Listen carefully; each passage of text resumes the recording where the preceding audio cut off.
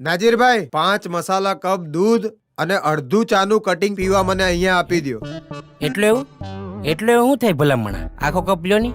આ તો તમે પોલિયો પીતા હોય એવું લાગે. અડધું કટિંગ જ રાખો હો.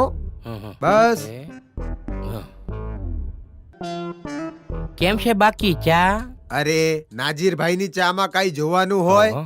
જોરદાર. કેટલા થયા બધા થઈને? 75. ગુણાકારમાં ભૂલ છે નાજીરભાઈ.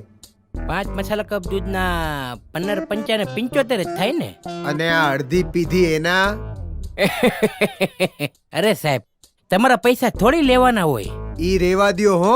વ્યવહારે કાગડો કાઢો.